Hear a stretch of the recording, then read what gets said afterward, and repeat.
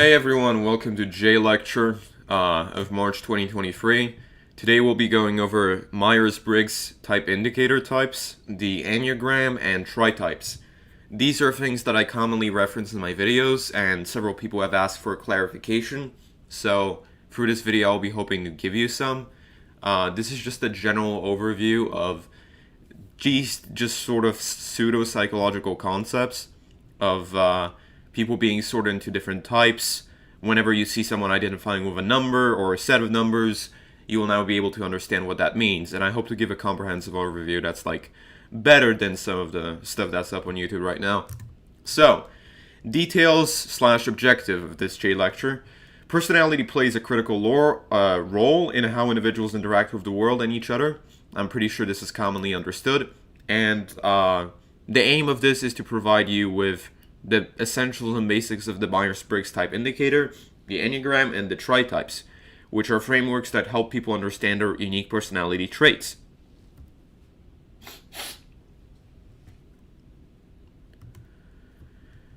To start off, Myers-Briggs type indicator types are what you know as the 16 personalities test. The Myers-Briggs type indicator categorizes individuals into 16 personality types based on their preferences in 4 dichotomies or systems. And these are extroversion versus introversion, which is whether a person is an extrovert or an introvert. An introvert being someone that's needs time to recharge and has the need to be alone in order to restore their energy. And an extrovert is someone that gets energized around other people and fades away in their energy when they're alone. And most people are somewhere in between, which is called an ambivert, but for the purposes of the Myers-Briggs test, you cannot be an ambivert. You can either tend towards the extroverted tendency or the introverted tendency, because the Myers-Briggs test is based on Jungian cognitive functions introduced in Jung's book, The Personality Types. So you need to be sorted into someone that is extroverted or introverted in most of the functions of everyday life. You need to find out what energizes you. That's one of the primary objectives of the 16 personality types. The second one is sensing versus intuition. Sensors, or S, versus N, which stands for intuition, is the only letter that isn't the first letter of the word, which makes it sort of difficult. Sensing mostly relies on realism, realistic data, realistic possibilities, and stuff that can actually happen. They're more in the moment. These are people that like, to watch live sports, go to sporting events, drink beer. They're commonly more subject to the influence of alcohol, although not always. Less likely to try, things like psychedelics. They're usually just more in the moment and tend to prioritize things like instant gratification, but also can be much more realistic when it comes to possibilities. Those are some of the possible improvements, advantages, and drawbacks of being a sensing type. Whereas intuitive types are generally more creative in an inner sense. They're more likely to look deep into themselves. This is associated with introversion more, but extroverts can also be intuitive, and extroverts who are intuitive, such as ENTJs, ESTJs, ENFJs, and ESFJs, can actually be assuming the form and the role of leader in social situations, because they often have a vision that they would like others to follow. Next one's thinking versus feeling. This is just a general empathy scale. People who tend towards the feeling aspect will be more considerate of others' feelings, while people who tend towards the thinking aspect tend to be more analytical. You may think that people who have an F in their MBTI type may be more considerate or nicer. That's not always the case. As is the case with some ENTJs and ENFJs, the tendency to plan and be extroverted may lead to both of these types being somewhat manipulative. And there's very slight difference in manipulative tendencies between the two, but it actually is surprising to know that because they have the feeling trait rather than the thinking trait, ENFJs have a slightly higher tendency to be manipulative than ENTJs, which is sort of crazy to think about. Judging versus perceiving is another aspect that you may consider. Judging is the tendency to plan to make timesheets, journals, timetables, just sort of organize yourself. This inner need to organize and be a perfectionist. Whereas perceiving means being just sort of spontaneous and adaptive. So this means being somewhat impulsive, but in both a good and a bad way. Good impulsive plus bad impulsive. It has its benefits and drawbacks. You may be able to adapt to situations quicker, but you may also do a lot of stupid stuff. Each type has its strengths and weaknesses, as previously mentioned, and is associated with specific behaviors and characteristics. So through knowing your 16 personalities type, someone may be able to determine like the general gist of your personality and how you express it.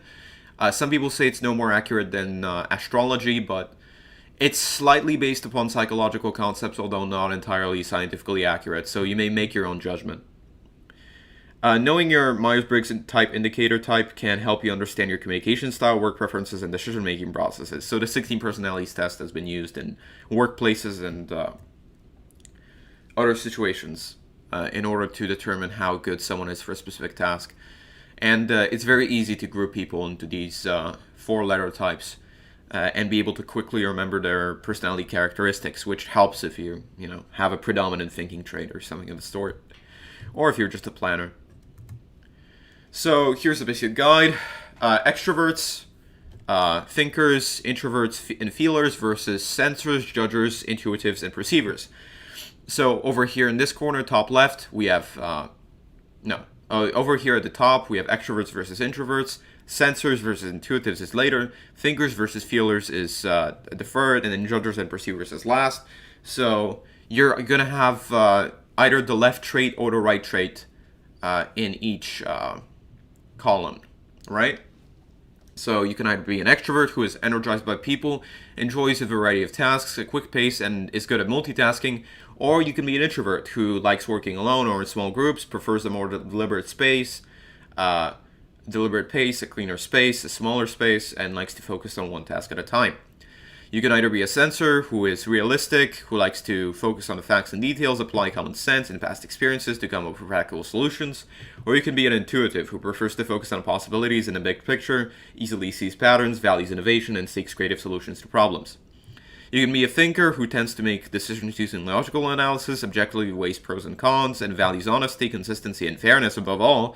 Or you can be a feeler who tends to be sensitive and cooperative and decides based on their own personal values and how others will be affected by their actions.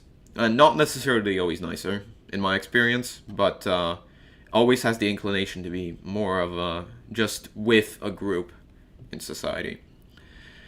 Judgers tend to be organized and prepared, likes to make and stick to plans, and is comfortable following most rules.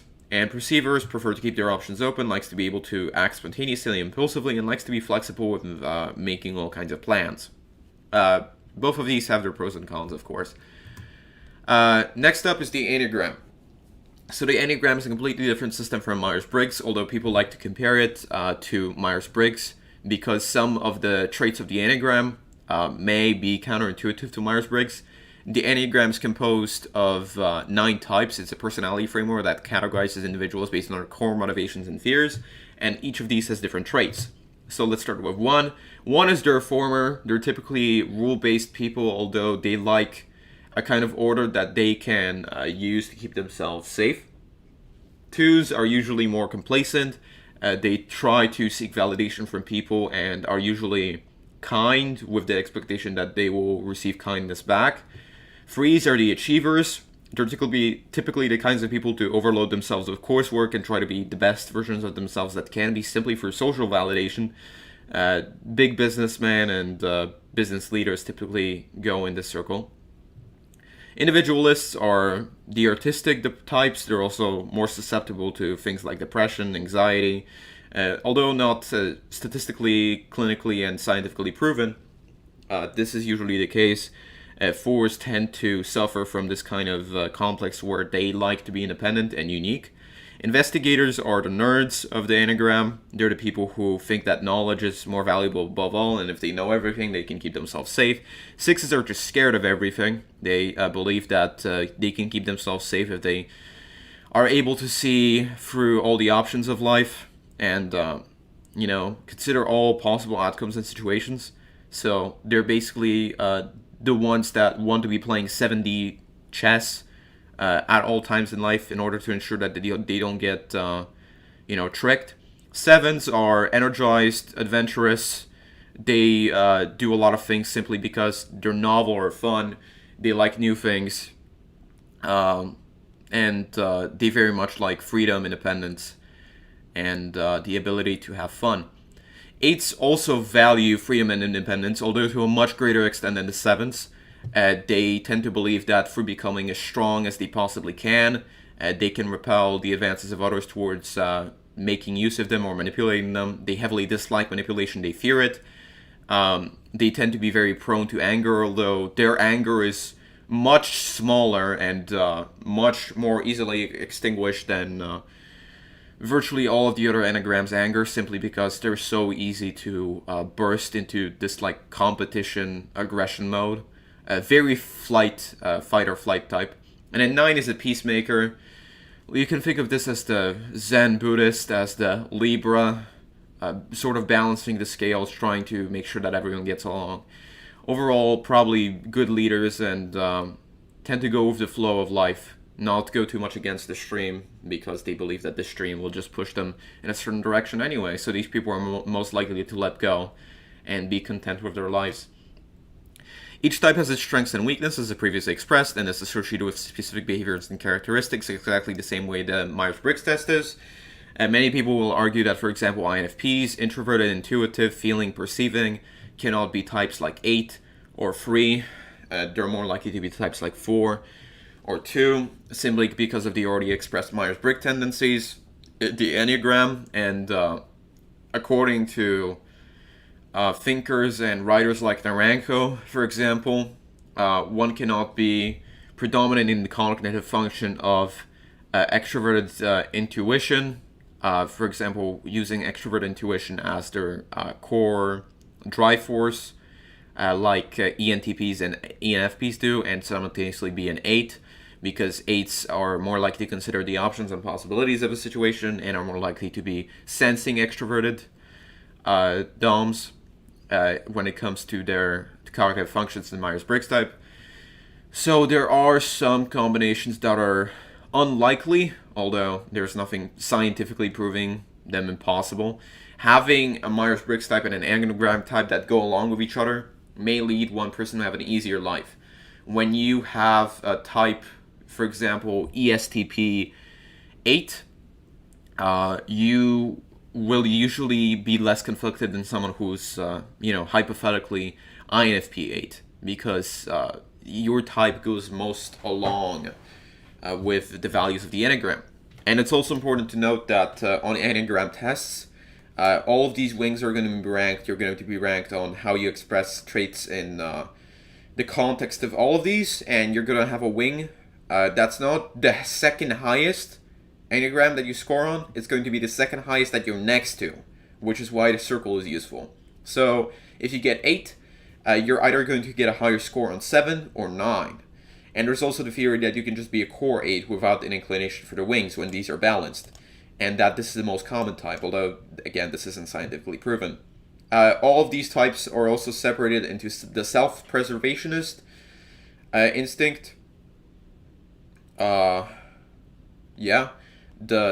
sexual or the one-on-one instinct, and the social instinct. So you can be an SP8, an SO6, an SX4. So technically it's not 9, it's 27 depending on the instinctual stacking. So it's going to be SP, SO, and SX. You're going to be ranked by your top 2, so you can be an SP/SX, that's self-reservationist / sexual, and then SO will be your blind spot, so SO will be the thing that you're weakest on, and you don't list that. So you only list your top 2, and then you don't need to list the last one in order for a person to get a fuller grasp of the order. So technically there is 27, although at its base core it's separated into 9. So there could be 9 if you consider the wings, then there could be 18. If you consider the instinctual stackings, then there could be 27. And if you consider both the wings and instinctual stackings, then there's technically 54. So 9, 18, 27, 54. It goes like that. Each type has its strengths and weaknesses. As previously mentioned, I already said this. And knowing your Enneagram type can help you understand your emotional triggers, coping mechanisms, and personal growth opportunities. And all Enneagram types result from this, Freudian belief of your childhood forms who you are. So that's a big background component to it. Next up is the Enneagram Tritypes. Enneagram Tritypes are a combination of 3 Enneagram types that form a person's core personality. So if we go back, let's say, for example, you're a 2. You can be, for example, a 2, 4, 7. And this would mean that while your highest is a 2, and you may have a wing over here, your second highest inclination may be a 4, and then a 7. And depending on where these are placed, you may have certain tendencies and inclinations based on them. So depending on which one comes after your main one, you may have different tendencies to your main one. Although it doesn't typically matter, 3, 8, 7 will have the same exact tendencies as an 8, 7, 3, basically down to the detail. But an 8, 7, 3 will have much different tendencies than an 8, 3, 4. So even when someone can have your Enneagram type, they will likely have a different tri-type. And tri-types are sort of the things that determine your eventual motivations and life goals. And they're formed very, very early on in childhood. So if you have a traumatic past, you may tend towards the rougher tri-types. So like an 8, 3, and a 5, which is why you see some of these calf connections. Again, the connections are important. An 8 is an opposite of 2, although it tends to share 2 tendencies. 2 very early on can become an 8, and 5 very early on can become an 8, and 8 becomes a 5 when they're feeling withdrawn. A 3 has tendencies of 9, a peacemaker, in order to achieve things, or may result from a 6 who feels an inferiority complex. All of these are connected in some sort of way. So, yeah, that's very important to remember. When 2 types are opposite one another, or they're connected to one another by a string, there's a specific kind of connection to consider there, and a tri-type is important in understanding how you function around the Enneagram wheel. So there's the anger triad, the shame triad, and the fear triad. So the fear triad is thinking, shame is feeling, and then anger is instinctive. These are also called the body, the heart, and the mind. So the mind would be a 5, the heart would be a 4, and then the anger would be 8, 9, 1. Obviously, there's a couple missing, like there's a 3 and a 2 missing over here, and there's a 6 and a 7 missing over here, but that's just because it's cropped wrong, and because I suck at making presentations, so you can figure that out yourself. Enneagram tritypes are a combination of 3 Enneagram types that form a person's core personality, so they're pretty important as far as Enneagram goes. Each tritype is associated with specific behaviors, fears, and motivations that shape a person's whole personality, and understanding the tritype, as understanding the other things, can help you gain a deeper understanding of personality and develop strategies to address personal challenges. So on platforms like Personality Database, which is a social network dedicated to graphing every person's ideas, concepts, fictional characters, instinctual stackings, and variants and tendencies, even some of objects or just places, such as whole countries. It's like basically like a project like Wikipedia, and on there you can use these sort of numbers to figure out what someone is saying, or what claim they're making regarding the tendencies of a certain person or object. So it's kind of revolutionary. There's similarities and differences. I didn't have a picture for this, so I just put a nice picture of this guy that I took a while back in Naples. Hopefully you can enjoy this. Both Myers-Briggs Type Indicator and the Enneagram are personality frameworks that help individuals understand their unique personality traits, as previously described. Myers-Briggs Type Indicator focuses on 4 dichotomies of personality, while the Enneagram focuses on 9 core motivations and fears. And both of these are important. Enneagram tritypes provide a more nuanced understanding of personality by combining 3 Enneagram types, and while there are some similarities between the 2 frameworks, they offer different perspectives on personality and complement each other in many ways. Conclusion: understanding your personality is essential for personal growth, as we all know, effective communication, and positive relationships, which is very important for young men. And the Myers-Briggs Type Indicator, Enneagram, and Tritypes offer valuable insights into personality traits, behaviors, and motivations. By learning about these frameworks, you can gain a deeper understanding of yourself and others and improve your personal and professional life. Thank you for watching, and I'll see you in the next one.